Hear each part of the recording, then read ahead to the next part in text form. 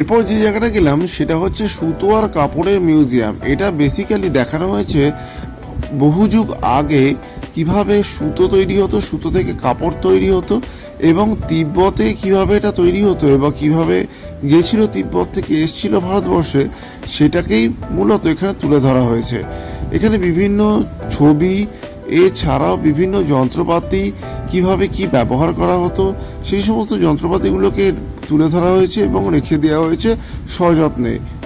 অতি সাবধানে সংরক্ষিত বিভিন্ন যন্ত্রপাতি থেকে শুরু করে ভিক্টোরিয়া আমলের তৈরি মেশিন পর্যন্ত রয়েছে, কিভাবে কাপড় বুনতো আগেকার দিনের মানুষরা, সেটা দেখে অবাক লাগলো এবং খুব ভালো লাগলো দেখতে।